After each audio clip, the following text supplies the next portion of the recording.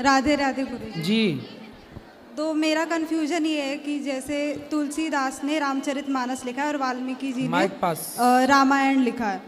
तो तुलसीदास जी ने ये लिखा है कि जो हनुमान जी है वो वानर है, लेकिन वाल्मीकि जी ने ये लिखा है कि वो बस एक ट्राइबल कम्युनिटी के थे जो मंकी ट्राइब को प्रमोट करते थे। तो उस हिसाब से तो तुलसीदास जी ने कलयुग में लिखा है, तो हम उनकी बात क्यों माने फिर? वाल्मीकि तुलसी भय, वाल्मीकि जी ही तुलसीदास बनकर आए। ये भक्तमाला में लिखा है नाभादास जी ने कि वाल्मीकि जी ने संस्कृत में लिखी रामायण। तो संस्कृत में लिखी रामायण समझने वाले लोग कम थे, तो राम को सब जान पाए, इसलिए वाल्मीकि जी कलयुग में तुलसीदास बनकर आए और उन्होंने अपनी सारी संस्कृत की व्याख्या हिंदी में अवधी भाषा में की, जिसे रामचरितमानस कहते हैं। तो उसमें फिर डिफरेंस क्यों है? क्योंकि रामचरित सतकोटि अपारा। रामायण कितनी है? सॉरी, रामायण कितनी है? कितनी है मतलब? आपसे मैं पूछ रहा हूं रामायण कितनी है? कितनी? रामायण एक ही है। नहीं, वाल्मीकि रामायण, भुसुंडी रामायण, आनंद रामायण, राधेश्याम रामायण, ऐसे करोड़ों रामायण हैं। उन करोड़ों रामायण में करोड़ों बार का चरित्र है। भगवान के चरित्र कोई एक थोड़ी है, राम जी कोई एक बार थोड़ी आए। त्रेता जब आया तो राम जी आए, रावण बदल गया, कोई और रावण बना, जय विजय रावण बने, प्रताप भानु रावण बना एक बार, तो एक बार शिव के गण रावण कुंभकर्ण बने। तो जैसे आपके गांव में रामलीला होती है ना, तो रामलीला तो सेम है, पर पात्र बदल गए। पहले सीता कोई और बनी थी, अब कोई और, राम कोई और बना था, अब कोई और, है ना। तो रामायण तो सेम थी, लेकिन पात्र क्या हुआ? बदल गया। उसी प्रकार जैसे संडे मंडे आया, बार बार हर महीने में 4 संडे आ जाता है, उसी तरह हर बार सतयुग त्रेता द्वापर कलयुग, फिर सतयुग त्रेता द्वापर कलयुग, फिर सतयुग त्रेता द्वापर कलयुग। तो हर बार जब भगवान का मन होता है त्रेता में आने का, तो राम जी आते हैं, रावण बदल जाता है, कौशल्या माँ बदल जाती, पात्र बदल जाते हैं, राम वही रहते हैं, फिर अनेक अनेक लीलाएं करते हैं। तो मानना रियली मानना किसको है, वाल्मीकि रामायण या तुलसीदास? सारी रामायण माननी है, कोई भी अप्रमाणित नहीं है। काकभुसुंडी रामायण में भी कुछ कथाएं हैं जो यहाँ नहीं है, वो वहाँ हैं। ऐसा है ना बेटा कि राम जी की कथाएं अनंत हैं। कितनी हैं? अनंत। उन्हें लिखा ही नहीं जा सकता एक में, इसलिए अनेक बनी, कुछ यहाँ हैं तो कुछ वहाँ हैं, कुछ वहाँ। जैसे पुस्तक एक होती है, पर एक पुस्तक में पाठ अनेक होते हैं। जैसे मुंशी प्रेमचंद्र जी हैं, उन्होंने कहानियाँ लिखी पंच परमेश्वर, गवन लिखा, गोदान लिखा। अब गोदान जो है वो कहानी पंच परमेश्वर की पुस्तक में थोड़ी लिख सकते थे, तो उन्हें बहुत सारी पुस्तकें लिखनी पड़ी। उसी तरह एक पुस्तक में राम जी की कथा आती ही नहीं, इसलिए अलग अलग समय पे अलग अलग चीज़ें लिखी गई। एक रामायण हनुमान जी ने भी लिखी थी, पर उसे उन्होंने विसर्जित कर दिया था। और ये भी क्वेश्चन है कि जैसे हमारा जब ह्यूमन का डेथ होता है, उसके बाद में फिर वो अपने कर्मों के हिसाब से नर्क में जाते हैं, फिर उनको जैसे गरुड़ पुराण के हिसाब से शायद वहाँ पे उनको तब तक उनको पनिश किया जाता है जब तक उनका कंप्लीट नहीं हो जाता। फिर 84 लाख योनियाँ भी होती हैं। तो इतना सब होने के बाद भी फिर ह्यूमन बर्थ जब होता है तो उसमें किस मतलब पापों का कर्म मिलता है? सारे पाप नरकों में नहीं भोगे जाते। ये बताओ, डॉक्टर बड़े हॉस्पिटल में कोई भर्ती है, तो आपने डॉक्टर ने छुट्टी कर दी, अरे ये आदमी अब बिल्कुल ठीक है, छुट्टी कर दी, लेकिन छुट्टी करने के बाद भी दवाइयाँ महीने भर चलती हैं कि नहीं? हाँ। ड्रेसिंग महीने भर चलती है कि नहीं? अब आप किसी को फ्रैक्चर हो गया, फला फला हो गया, तो उसकी छुट्टी तो हो गई हॉस्पिटल से, लेकिन अभी भी उसकी ड्रेसिंग चल रही है, अभी भी उसकी पट्टियाँ बदल रही हैं, अभी भी उसकी दवाई चल रही है, अभी भी परहेज चल रहा है कि नहीं? छुट्टी हो गई मतलब ये नहीं कि आप बिल्कुल दौड़ने लग गए। उसी तरह नर्क से आप बड़े बड़े जो पाप ऑपरेशन हॉस्पिटल में हो गया, बाकी ड्रेसिंग बाकी आप करते रहना, कराते रहना। यही है कि बड़े बड़े पाप तो आपको नरक में भोगा लिया जाता है, छोटे छोटे पाप जो आपने किए वो आपको यहीं आके भोगने पड़ते हैं। कुछ 84 लाख योनियों में भोगने पड़ते हैं। 84 सबसे बड़े वीआईपी पाप तो नरक में, उससे थोड़ा कम पाप 84 लाख योनियों में, उससे भी जो थोड़ा कम पाप थे वो यहीं आके भोग रहे हैं लोग। और एक लास्ट क्वेश्चन है कि जैसे आपका एक पॉडकास्ट था जो मैंने एक क्लिप देखी थी जिसमें आप बोल रहे थे कि जो रेप केसेस होते हैं या सेक्सुअल असॉल्ट इस टाइम पे होता है वो लड़कियों की वजह से होता है। नहीं, ऐसा कभी नहीं बोला आपको। नहीं, मैंने सुना था तो उसमें वो सुनने और सुनाने का तरीका गलत रहा होगा, आपने सुनी गलत चीज़ होगी, मीन्स आपने पूरी बात ना सुनी होगी, बीच की 30 सेकंड की बात सुन ली होगी। हाँ, लेकिन मेजरली अभी जैसे 4 महीने की लड़की से लेकर 70 या 80 इयर्स की जो औरतें होती हैं उन तक भी होता है। तो मेन प्रॉब्लम इस चीज़ का है कि हमारे इंडियन एजुकेशन सिस्टम में सेक्स एजुकेशन इतना ये लोग प्रमोट नहीं करते हैं। जैसे गवर्नमेंट स्कूल्स में भी अगर कोई चाइल्ड है, समझो 15-16 इयर्स का, अगर उनको कोई प्रॉब्लम है तो ये चीज़ें बोली क्यों नहीं जाती हैं? फिर बोलना चाहिए, सही है, आपकी बात ठीक है। हमारे यहाँ तो काम सूत्र है। हाँ, काम सूत्र में ये सारी बातें लिखी गई हैं। तो हमारे यहाँ तो प्रमोट किया गया था, इसलिए मंदिरों में जो पुराने कुछ मंदिर हैं कोणार्क इत्यादि के, उनमें ये चित्र भी बनाए गए थे। तो हमारे यहाँ तो प्रमोट किया गया था, लेकिन मुग़ल आए ना तो हमारे सारे धर्म ग्रंथों को, सब चीज़ों को ख़त्म कर दिया। मुग़लों के बाद, अंग्रेज़ों के बाद हमारे यहाँ एक अलग ही बदलाव आ गया, वरना हम लोग इतने विकसित थे, हम लोग हर क्षेत्र में ज्ञान रखते थे। अब देखो, एक मंदिर है, उसमें बाहर मंदिर के ना ये सब चित्र बने हुए हैं लड़का लड़कियों के, लेकिन अंदर जाओ तो शंकर जी का मंदिर है। क्या अर्थ है इसका? कि पहले इन सब चीज़ों से मन भर लो, फिर देखो भीतर कौन बैठा है, भगवान। तो यही अर्थ था इन मंदिरों को बनाने का, कि तुम पहले इनसे तृप्त हो जाओ, फिर जाके ईश्वर की आराधना करना, तब तुम्हारा चित्त भटकेगा नहीं, स्थिर एक शिवलिंग में, एक भगवान में लग जाएगा।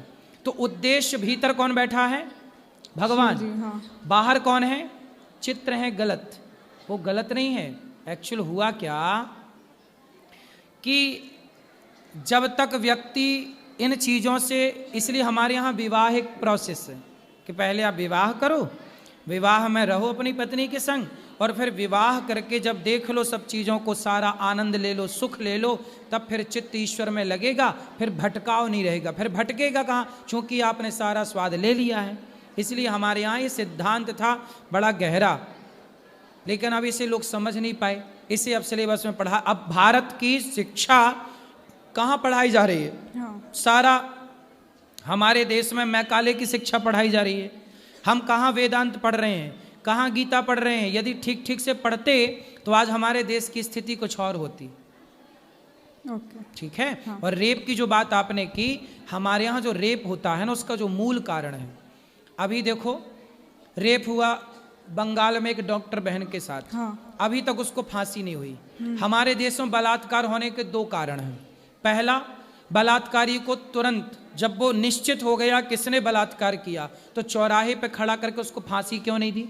फांसी चौराहे पर दो और टीवी पे लाइव चलाओ, ताकि दुनिया देखे और डरे कि यार इसने किया, हम करेंगे तो हमारे साथ भी होगा।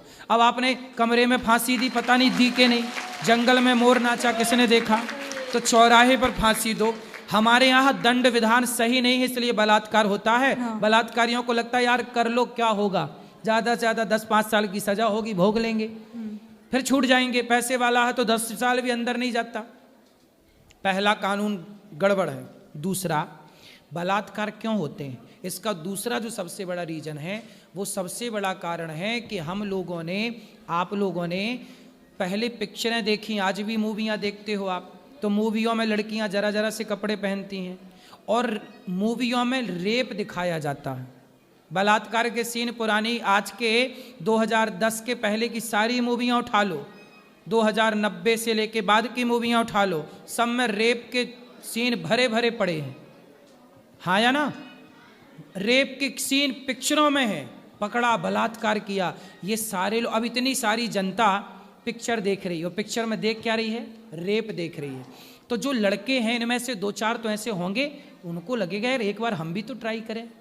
हाँ। जो देखा है, क्योंकि जो आप देखते हैं ना वैसे आप हो जाते हैं। छोटा बच्चा होता है ना, वो माँ को घंटी बजाते देखता है तो वो भी घंटी टन टन करता है, हाँ या ना? हाँ। छोटा बच्चा जो देखता है वो करता है कि नहीं?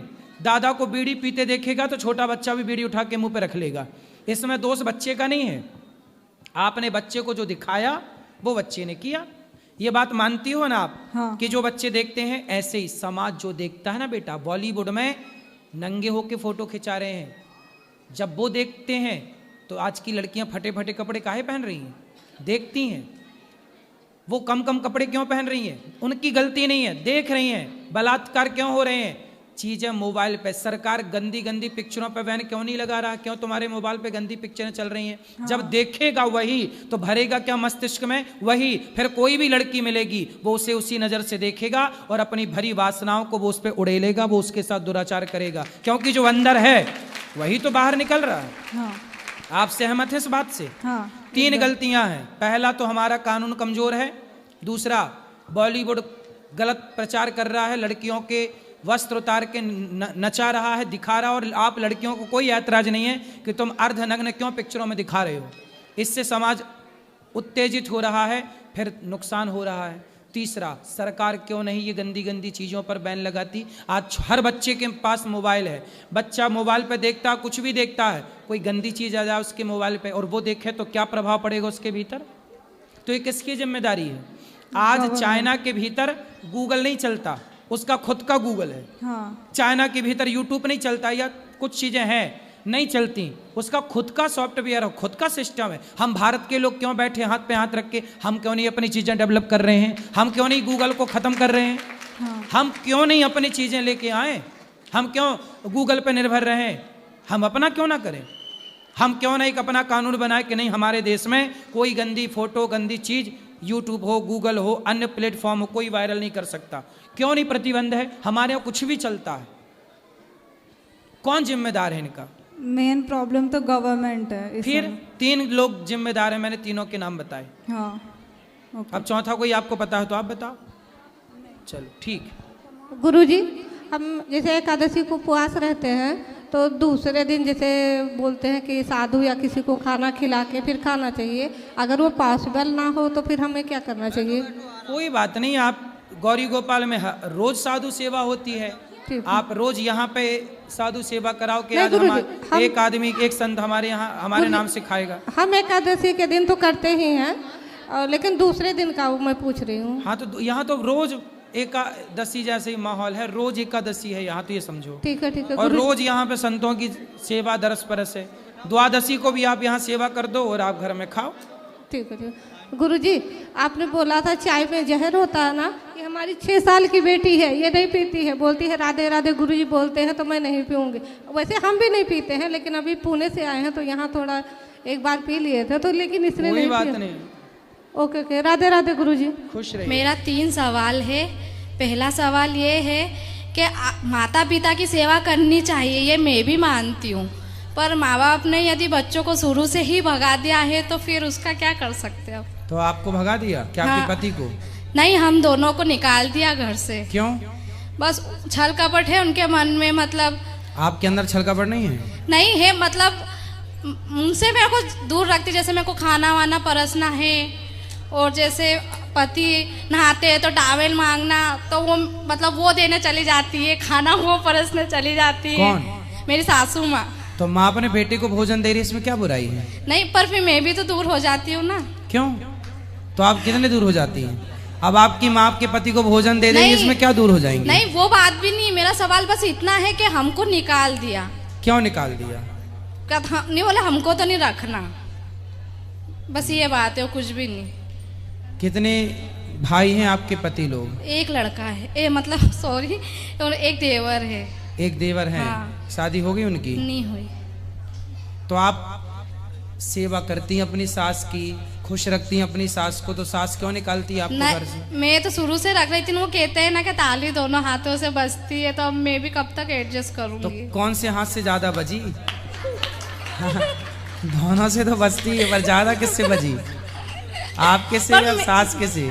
मेरे को दुख होता है ना, मुझे दुख होता है कि मैं, मतलब मैं आपका कहना मानती हूँ कि माँ बाप की सेवा करनी चाहिए, पर मुझे दुख होता है ना कि मैं तो कर ही नहीं पाती हूँ ना। तो आप अलग रहते हैं? हाँ, अलग रहती हूँ मैं। तो उनका घर कितने दूर है आपके घर से? 5-6 किलोमीटर। अच्छा। हाँ तो आप पास में रहिए और आते जाते रहिए, हाँ, उनकी सेवा करते रहिए। सास ससुर को अकेला नहीं छोड़ना चाहिए। हाँ। आपको देखो प्रॉब्लम तो थी, आपके पति को आपकी सास भोजन दे, इसमें आपको प्रॉब्लम थी। इसका मतलब सास की गलती मुझे कम लग रही है, आपकी ज्यादा लग रही है। नहीं, प्रॉब्लम मेरे को वो नहीं थी, पर उनका भी तो कहना है, मतलब आज मैं भी तो खाना देने जा सकती हूँ ना, मेरा हाँ। अधिकार नहीं है क्या? तो आपके पति आपके साथ नहीं रहते क्या? रहते हैं ना। हाँ। पर जैसे खाना परोसना, वो आए, मेरे को खाना परोसना है उनको, तो खाना मम्मी जाके दे रही तो हैं। जब दिन भर माँ ही परोसती हैं, आप बिल्कुल नहीं परोसती हैं। तो वही तो बात है। कितनी बार खाते हैं मेरे को आपके तो पति? किचन में खाना भी नहीं, शुरू में जब मैं शादी करके गई थी तो मुझे तो खाना भी बनाने नहीं दिया था उनने तो किचन। कितनी अच्छी सास है कि आपको खाना भी नहीं बनाने दिया कि बहू कहीं जल ना जाए, बहू अच्छे से रहे। अब तुम्हें गुण में भी अवगुण दिखाई पड़े तो उसमें सास क्या करे? क्या करे संसार? कितनी अच्छी सास है। तो मुझे आपको नहीं सास लगता की ना, अच्छाई नहीं खाना दिखती? बनाते हैं तो। आपकी सास ना, देखो आपका बेटा है हाँ, एक लड़का है। तो आप अपने बेटे को भोजन कराती हो। हाँ हाँ, तो जितने प्यार से आप अपने बच्चे को भोजन कराती हो, ऐसे आपकी सास आपके पति को प्यार से भोजन कराती है कि मेरा बेटा है, प्यार से कराती है। हर माँ चाहती है कि मेरे बेटे को, मेरी माँ भी कभी कभी मेरे को परोसती है, आज मैं खिलाऊंगी, तो माँ का प्यार होता है। ठीक, बिल्कुल। ठीक। और आपके पति कितने बार खाते हैं? 2 टाइम। तो एक ऐसा किया करो, बोलना 3 टाइम खाओ, तो 2 टाइम सास के हाथ से परोस के, एक बार आप सेपरेट अपना परोस दे। आप तो, हम तो कहते हैं परोसा ना करो, बैठ के खिलाया करो। तुम ही मेरे मंदिर, तुम ही मेरी पूजा। और दूसरा सवाल ये है कि मासिक धर्म जो अपना आता है तो उसमें गाय को हाथ लगाना चाहिए कि नहीं? गाय की सेवा कर सकते हैं। और 11 वाले दिन रोटी दे सकते हैं गाय को? हाँ। ठीक है। और तीसरा सवाल ये था कि गुरुजी, मैं तो मतलब मीडियम फैमिली से हूँ, रोज़ का कमाना और रोज़ का खाना है, पर मेरी इच्छा बहुत होती है कि मैं ये कर रहा हूँ, वो कर रहा हूँ, पर मन अंदर से दुख होता है मुझे। कोई बात नहीं, जितना आप कर सकते हैं उतना करो। भगवान आपको खूब तरक्की दें, खूब सुखी रहें, बस यही सवाल। और मैं आपसे प्रार्थना करूं अपनी सास का खूब ख्याल रखना। बहुत अच्छी है आपकी सास। ठीक है। राधे राधे गुरुजी। राधे राधे। राधे राधे गुरुजी। जी। मेरा प्रश्न कुछ नहीं है, मैं आपको बारे में 2 लाइन बोलना चाहता हूँ। बोलो। ज्ञान से बड़ा कोई दान नहीं और गुरु से बड़ा कोई दान ही नहीं। और आपके बारे और मैं 2 भजन भी बोलना चाहता हूँ। 2? हाँ। बोलो फिर। तुम्ही हो माता पिता, तुम्ही हो बंधु सखा, तुम्ही हो साथी, तुम्ही सहारे, कोई ना अपना सिवा तुम्हारे। तुम्ही हो नया, तुम्ही खेवया,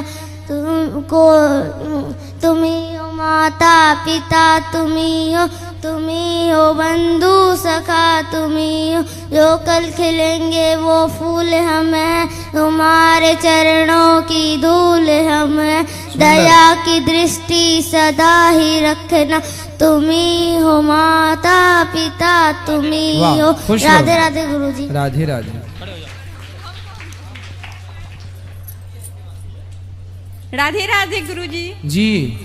मेरा नाम निधि है, मोकामा से आया है। कहाँ से आए हैं? औटा से, पटना की तरफ है जी। मेरा डिस्ट्रिक्ट पटना पड़ता है। तो महाराज जी, मेरा प्रश्न है, आप कहते हैं जस करनी तस भोगी है पापा, सबके फल प्रभु देत विधाता, तो ऐसा क्यों है? सब बस कहते हैं कि जो जैसा करता है उसको वैसा भरना पड़ता है। हाँ। मगर हम देख रहे हैं अपने नज़र से, जिसपे हम ज़्यादा विश्वास करते थे वही हमको धोखा देता है। कौन है वो? नाम बताओ उसका। नाम नहीं बोलेंगे महाराज जी, क्योंकि सब रिलेशन के हैं, इसलिए। तो रिलेशन वालों ने धोखा दे दिया आपको? हाँ। पति ने तो नहीं दिया ना धोखा? वो भी थोड़ा बहुत दे ही देते। पति ना दे, बाकी सब दे तो चलेगा। नहीं, पति भी थोड़ा बहुत दे चुके हैं, इसीलिए। कहाँ पति आपके? यही तो है। अभी बात करेंगे पति से। अभी आप बताओ, तो आपका किसी ने, परिवारी लोगों ने आपका विश्वास तोड़ा है? हाँ। कोई बात नहीं, इसलिए कहता हूँ विश्वास परिवार पर करना ही क्यों, करोगे तोड़ ही देंगे, इसलिए विश्वास भगवान पे। मेरे तो गिरधर गोपाल। मेरा तो है, मगर मेरे पापा का विश्वास था, अपने बहन बहनोई सब पे था, तो उन लोगों ने उनको चीट कर लिया। अच्छा। तो महाराज जी आप कहते जो जैसा करता है उसको वैसा भोगना पड़ता है, तो जो लोग पाप करते हैं वो लोग इतना सुखी कैसे हैं? बेटा वो सुखी नहीं है, आपको ऐसा लग रहा है कि वो सुखी हैं। देखो पिछला कोई पुण्य होता है, जैसे दुर्योधन कितना पापी था ना, लेकिन पांडव लोग वनवास में थे और वो लोग राजमहल में खुशियां मना रहे थे, जबकि वो गलत थे और पांडव लोग सही थे, फिर भी वो 12 साल का वनवास भोग रहे थे। लेकिन क्या हुआ, समय बीता और उन लोगों का जो पुण्य था, जब तक पुण्य था तो ऐश्वर्य से राजमहलों में रहे, लेकिन जब उनने पाप किया उसका दंड मिलना स्टार्ट हुआ तो सर्वनाश हो गया। पाप कुछ दिन के लिए मौज दिलाता है, सब दिन के लिए नहीं। इसलिए जो आज मौज कर रहे हैं और यदि पाप कर रहे हैं तो वो मौज कुछ दिन की है, स्थिर नहीं है, टिकाऊ नहीं है, बहुत जल्दी वो मौज सर्वनाश में तब्दील हो जाएगी। इसलिए जो सत्य के राह पर हैं, यदि वो वनवास में भी हैं तो कल भविष्य उन्हीं का है। राजा कौरव नहीं बने, राजा पांडव ही बने, क्योंकि सत्य के साथ थे। भला करने से भला ही होगा बेटा, बुरा नहीं हो सकता। हाँ, ईश्वर के घर थोड़ा देर है, न्याय करते हैं, देर से सब्र रखिएगा।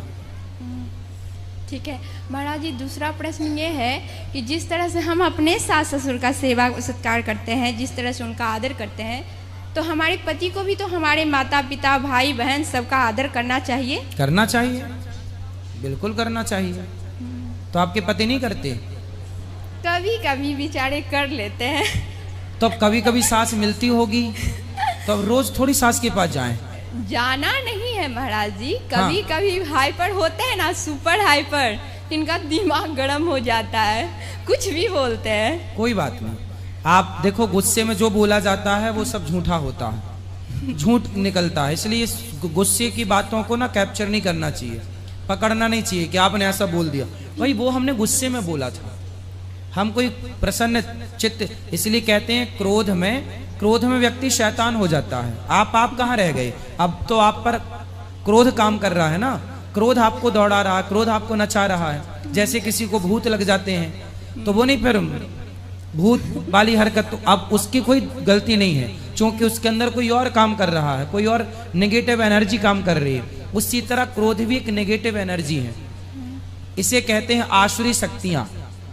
जब हमारे अंदर आसुरी शक्तियां मीन्स काम क्रोध प्रवेश करता है तो फिर हम नहीं रह जाते हैं, हम उन आसुरी शक्तियों के अधीन हो जाते हैं। जैसे राजा परीक्षित पर कलयुग जब सवार हुआ तो वो ना रह गए, उन्होंने एक संत का अपमान कर दिया, वो किया नहीं, उस आसुरी शक्ति ने उनसे करा दिया।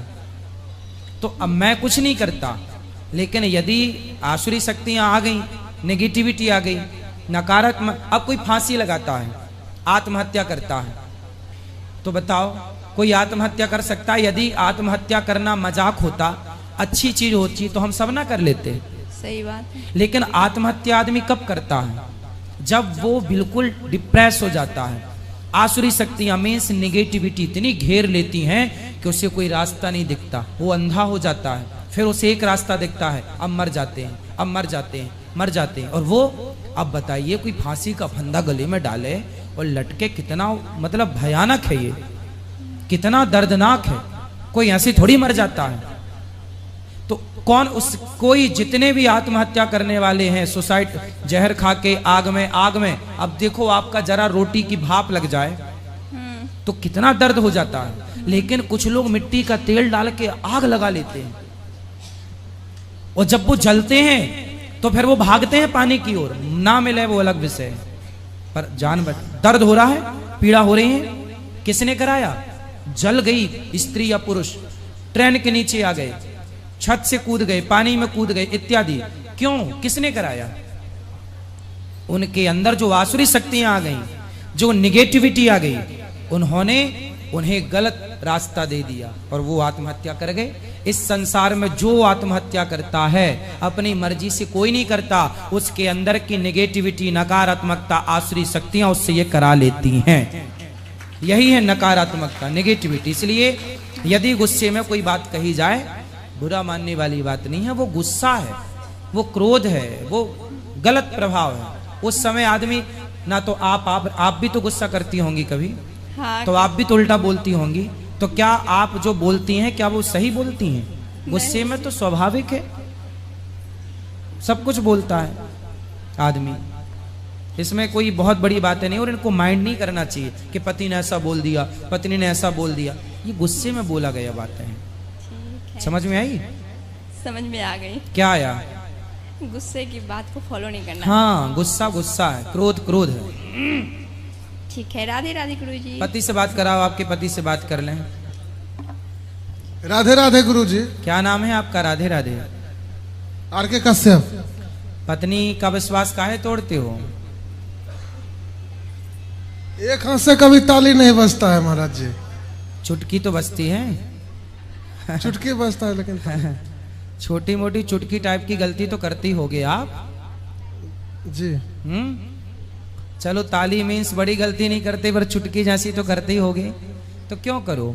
पति पत्नी दोनों एक दूसरे की बात समझो और प्यार से रहो। ये जिंदगी बाग लगाने के लिए मिली है, आग मत लगाओ, ठीक है? पत्नी का विश्वास नहीं तोड़ना चाहिए। आप चाहते हैं कि आपकी पत्नी आपका विश्वास तोड़े? नहीं। तो फिर वो भी चाहती हैं कि आप भी उनका ना तोड़ें। और अपने सास ससुर जो आपकी पत्नी के माता पिता हैं, वो आपके कौन हैं? माता पिता। तो उनका भी सम्मान करना चाहिए ना जी। पत्नी के माता पिता मीन्स मेरे माता पिता। यदि उन्हें जरूरत पड़े तो रोटी दो, जरूरत पड़े तो उनकी सेवा करो। और देखो कितना भी गुस्सा आए, कभी पत्नी के माँ बाप को गलत नहीं बोलना चाहिए कि तेरे बाप ऐसा, तेरी माँ ऐसी, तू तो ऐसी है। नहीं, गुस्सा आए तो आए, पर पत्नी के माँ बाप, यदि पत्नी के माँ बाप को आपने गलत बोला तो फिर आपके माँ बाप की सेवा वो करेगी? फिर तो क्यों करेगी ये बताओ? भाई सम्मान देखो, आप मेरा सम्मान करेंगे ना तो मैं आपका करूँगा जी। आप मेरा अपमान करेंगे और मेरे से उम्मीद करेंगे कि मैं आपका सम्मान करूं, ये तो नहीं होता ना। नहीं। सही है? बोलो हाँ जी। तो जो देंगे वही ना पाएंगे। जी। सही है? तो सम्मान देने से सम्मान बढ़ता है, सम्मान करना चाहिए। पत्नी का करो, पति का करो, क्योंकि हम जो बोते हैं ना बेटा, हम यदि बबूल बोएंगे ना तो फसल बबूल आएगी, आम बोएंगे तो आम आए, पेड़ बोए बबूल का तो आम कहाँ से आए? इसलिए अच्छी चीजें बोएंगे, अच्छा मिलेगा। और मैं आपके माध्यम से सबको बोल रहा हूँ, हर पुरुष को, कि अपनी पत्नी के माँ बाप का सम्मान करना चाहिए। पत्नी के माँ बाप को जरूरत है आपकी तो पूरा सपोर्ट करना चाहिए, क्योंकि वो आपकी पत्नी के माता पिता मीन्स आपके माता पिता। और पत्नियों को भी चाहिए कि पुरुष के माता पिता मीन्स अपने सास ससुर का पिता माता की तरह ख्याल रखें और एक दूसरे का सम्मान करें। रिश्ते ऐसे ही चलते हैं, यही समझदारी है रिश्ता चलाने की। ठीक है। राधे राधे गुरुजी। हाँ जी। गुरुजी, मैंने 4 महीने पहले आपसे गुरु मंत्र दीक्षा ली थी, पर जब माला फेरती हूँ ना तो बहुत ज्यादा नेगेटिव नहीं आ रहा, वो नेगेटिविटी जा रही है। कथा सुनो, मंत्र का जाप करो, वो सब भीतर से निकल रहा है। अब नहीं, इतना दिमाग पजल्ड हो जाता है ना, सारी बातें याद आ जाती जो नहीं आनी चाहिए। वो याद आ नहीं रही हैं, जा रही हैं भीतर से। और इतने आंसू आते हैं ना, मतलब दुख से, तो फिर फेरी नहीं जाती वो कोई माला। बात बहुत नहीं, बार माला छूट फेरते जाती रहो। है, छूट जाती है बहुत बार माला। वो सब चीजें जा रही हैं, आपको लग रहा आ रही है। गुरुजी, दूसरा प्रश्न, जो पुराना पितर दोष है वो कैसे दूर होता है? जैसे घर में भागवत जी सुनवाओ, भागवत जी का पाठ करवाओ, हो जाएगा। यहाँ जो भागवत जी के होते हैं वो पाठ, पुराना से पुराना पितर दोष दूर हो जाएगा। बिल्कुल बिल्कुल, भागवत जी सबको। और गुरुजी, मेरा लड़का 20 साल का है, वो भगवान को नहीं मानता है और न घर में पूजा पाठ करने देता है। मतलब वो है गांव में, घर में ही है। ले आना, हम बात करेंगे। आता नहीं है, बहुत बोला मैंने, वो बिल्कुल नहीं मानता है, ना मंदिर जाता है ना घर से बाहर निकलता है। जब आएगा तो समझाएंगे, कथा सुनवाओ, तब तो मानेगा, नहीं तो वो अभी अज्ञान में है, उसको कोई ज्ञान ही नहीं है इस विषय का। हाँ, और वो बिल्कुल ही कहना नहीं मानता है, मतलब कहीं आता जाता नहीं है। यहाँ लाना चाहती हूँ पर नहीं आता है। कथा में लाओगे तो हम सुधार देंगे उसको। चलो गुरुजी, राधे राधे जी। गुरुजी मैं उत्तराखंड चम्पावत जिले से आई हूँ जी। और मैं आपकी 4 साल से भागवत सुन रही हूँ। गुरुजी हमारे घर में बहुत कलेश था, अभी आपकी कथा सुन के वो कलेश बहुत दूर हो गया। और गुरुजी मेरा एक ही लड़का था, एक्सीडेंट हो गया, वो ख़त्म हो गया, वो भगवत धाम चला गया। और जब से मैं सोती नहीं थी बिल्कुल, ना रात ना दिन, दिन भर रात भर मेरी आंखें खुली रहती थी, नींद नहीं आती थी। तो जब से मेरे को किसी ने बताया कि गुरुजी की कथा सुनो, मैंने आपकी कथा सुनी। गुरुजी एक सुबह ईश्वर चैनल में आता था वो सुनती, फिर 2:30 बजे से सुनती थी। 2-3 दिन कथा सुनी गुरुजी। जब मैं 11 बजे से सो जाती थी, सुबह आपके भजन आते थे 5-6 बजे, तब मैं सुनती। बहुत चैन मिला गुरुजी, बहुत दिल में शांति आई। अब लड़के की तरफ ध्यान हट गया। मैंने आपको टीवी के माध्यम से ही गुरु मान लिया है। अब मैंने कहा मैं जाऊंगी, मेरी व्यवस्था नहीं हो पाई, मैं आज आई हूँ आपसे गुरु मंत्र लेना है। मैं गुरु मंत्र लेने आई, मैंने आपको गुरु मान रखा है। और गुरुजी हमारे पहाड़ में उत्तराखंड से आई हूँ मैं, बहुत मांस और अंडा लहसुन प्याज खाते थे हम लोग। जब से गुरुजी आपकी कथा सुनी, लहसुन प्याज अंडा मांस बिल्कुल छोड़ दिया। और कोई मेहमान आते हैं, कह रहे थे तुम तो संत बन गए। मैंने कहा हाँ हम संत बन गए हैं, तुमको हम पनीर खिला देंगे, 10 सब्जी खिला देंगे, लेकिन मांस मदिरा हम नहीं खिलाएंगे। सही है। अब गुरुजी में किसी रिश्तेदार के घर में भी जाते हैं तो हम उनका बर्तन का खाना नहीं खाते। बोले अरे पहले तो तुम खाते थे, अब क्या नहीं, आपका मांस मदिरा बनता है। और मेरी पोती है गुरुजी, तनी हमने कान्हा जी लाई हूँ मैं, इधर आने का मौका नहीं मिला। मैं ये हरिद्वार से गोपाल जी को लाई हूँ, तो उनकी भक्ति, मेरी नातनी 4:30 बजे उठ जाती है पोती। और एक ही बेटा था, उसके 3 बेटियां और 1 बेटा है। तो 2 बेटियों का कन्यादान कर गया, 1 बेटा 1 बेटी और है। और वो 4 बजे से उठ के झाड़ू पोछा करा के और पूजा पाठ करती है। और मैं चलो अब सब पूजा करो, खुश रहो, ठीक है। इनको बात करा। राधे राधे गुरुजी। राधे राधे, फिर इनको कराना। राधे राधे गुरुजी, दंडवत प्रणाम जी। गुरुजी मेरा आपसे कोई क्वेश्चन नहीं है, कान्हा जी की कृपा से, बट यहाँ पर जो सब लोग आए हैं वो बहुत परेशान है कुछ ना कुछ तरीके से। सो मेरी सिर्फ एक रिक्वेस्ट है आपसे कि आप सबको एक बार मंत्र जाप करवा दो, सो दैट वही आपको पता है हर चीज़ का सोल्यूशन है, और हमारे सभी दुख वही मंत्र जाप करने से होते हैं। तो एक बार आप जोर से सबको करवा दो। ठीक है, अभी करवाएंगे, इनको बात कराओ। राधे राधे गुरुजी। जी। गुरुजी एक बार ना मेरे घर में कुछ टेंशन थी ना, तो बहुत चिंती मेरी। तो मैं अपनी बेटी से बोली बेटी टीवी चालू करना, आचार्य जी की कथा सुनेंगे, नींद नहीं आ रही 12 बजे। तो मैंने कथा जब आपके सुने ना गुरुजी, तो इतनी अच्छी नींद आई, इतनी अच्छी नींद, बहुत सो गए बढ़िया से। नींद आई ना, जानती हैं गुरुजी मैं आपके पास चला आए सपना में, हम आपके पास चले। साल भर से सोच रहे थे कि जाएंगे जाएंगे, लेकिन आ नहीं पाते थे। जब आए ना यहाँ पे तो हम रास्ता में भूल गए, तो आप बोल रहे थे ए रानी देवी आप वहीं पे रहिए, हम अपना आदमी को आपको लेने के लिए भेजते हैं। तो आपने बहुत सोचने लगे कि गुरुजी तो आप मेरा नाम भी नहीं जानते हैं कि मेरा नाम रानी है, तो आपने पुकारे कि अपना आदमी के लेके भेजते हैं। तो हमने बहुत सोचे गुरुजी कि आपने तो नाम भी नहीं जानते, फिर मेरा नाम सपने में कैसे पुकार लिए। उस दिन से नींद भी बहुत अच्छी आने लगी। ठीक है, कथा सुना